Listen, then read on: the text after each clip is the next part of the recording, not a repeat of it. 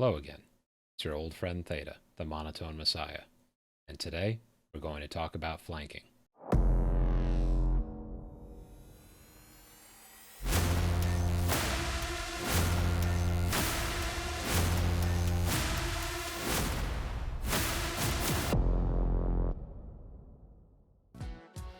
Flanking is perhaps the most misunderstood and poorly used concept in FPS games.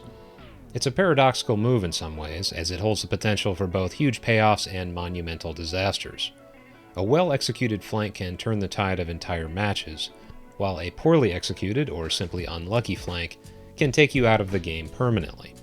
The problem with flanking starts with the fact that it's fun. That might not sound like a problem to you, and if you're a casual player with no competitive ambitions, then by all means flank to your heart's content.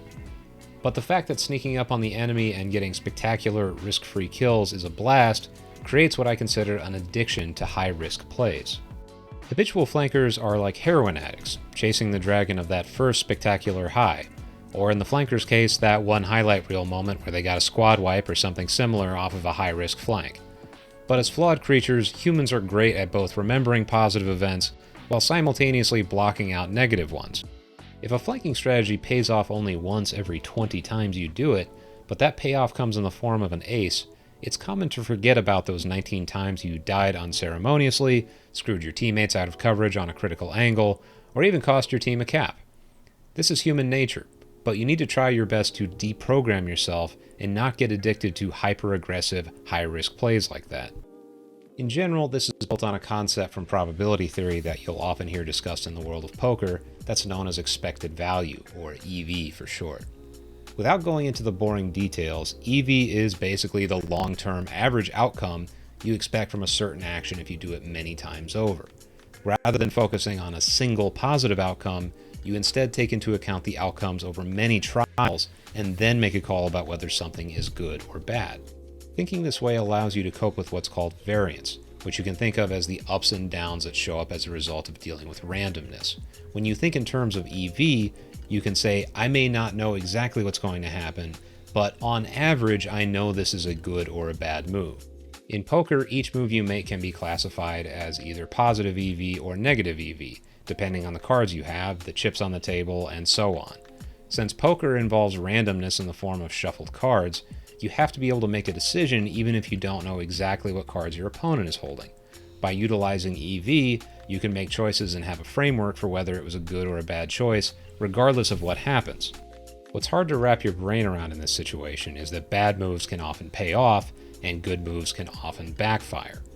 But this is what's called resulting, which means you're focusing only on the outcome at hand and not whether the move was good or bad overall.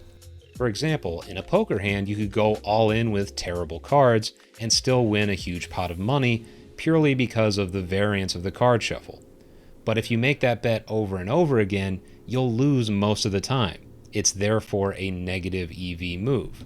Likewise, you could go all in when you have great cards and still get busted out by the other players involved, again because of the randomness or variance of the shuffle.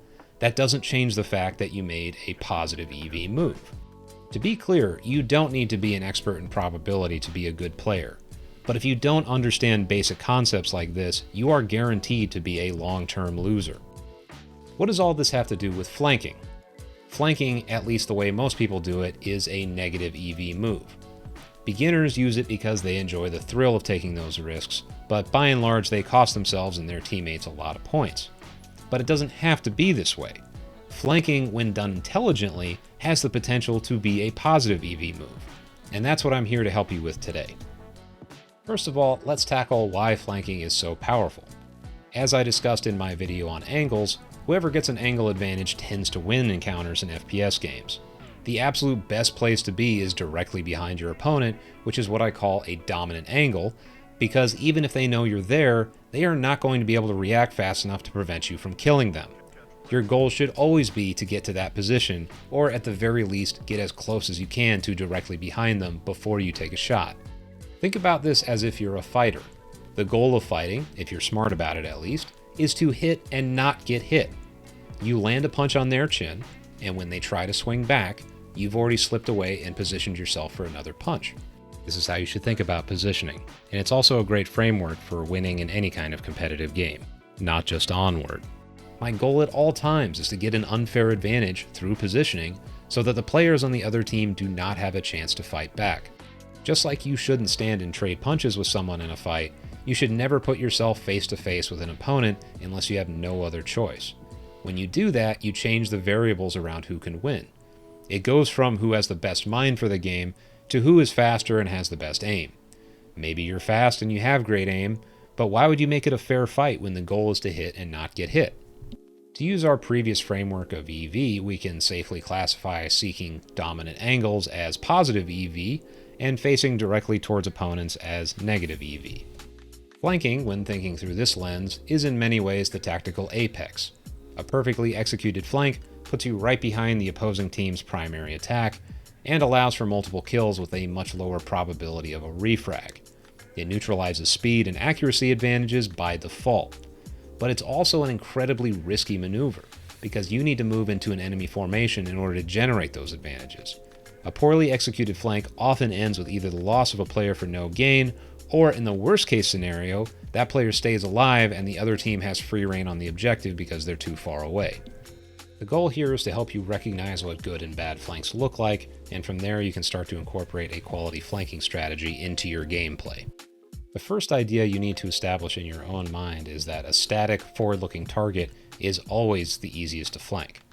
While you can certainly sit in one place to deal with a flanker by holding a strong angle, if you're looking straight ahead and have space on your flanks, you're open to an attack. By sitting still, you're giving away an angle advantage for very little in return. Many teams try to counter flanks by not moving and hoping they can catch flankers as they come to them. This can work with the most overzealous amateur flankers, but against someone who knows what they're doing, you end up handing over a large chunk of the map for free. This plays right into the hands of a competent flanker. Good flankers try to capture large pieces of the map at critical times. You'll often see the best flankers rush up in the first seconds of a round to put themselves in position to cause maximum damage, and then wait for the other team to come to them. Alternatively, they'll stay in their normal position until they know for a fact that some critical wrinkle in the enemy formation has been opened up, at which point they run into it and probe for kills. Staying still won't help you when a flanker takes up either strategy. The next easiest way to flank someone is to simply sidestep them as they're moving straight ahead. This is a vulnerability that often gets exposed against teams who favor 4 or 5 man attacks, as it's easy for the whole unit to get tunnel vision and forget to watch what's going on around them. If a tight cluster of players are moving together in the same direction, all it takes is one flanker to show up and wreck shop. There are oodles of space around that cluster and they're moving straight into the defense, which means a flanker can quickly make a positive EV move by simply stepping to the side of that formation.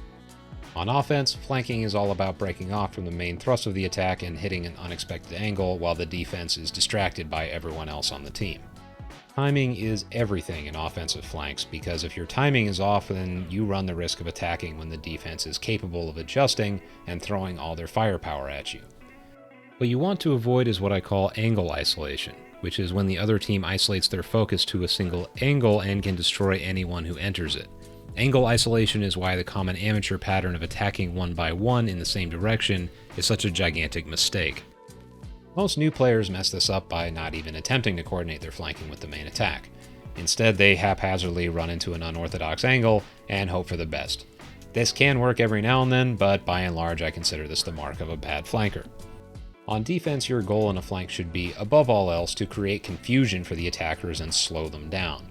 Defensive flanks are risky, especially in a game like Onward, where the flanker can end up as the last person alive and therefore get capped on. But if done correctly, a defensive flank can completely demoralize the other team. The key to a good defensive flank is twofold.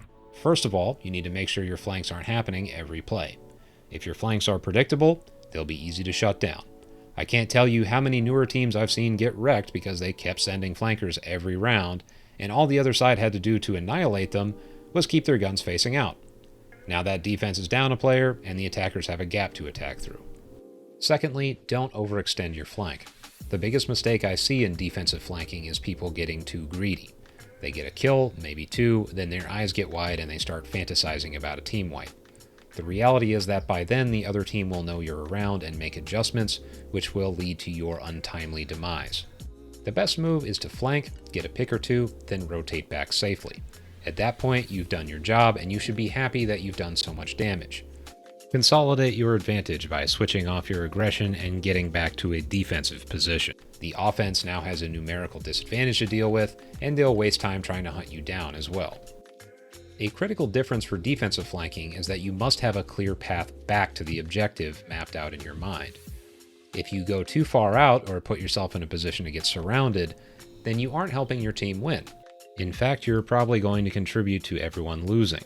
The best flank is one where you get your kills and then safely rotate back to the objective area without dying. How do you counter flankers?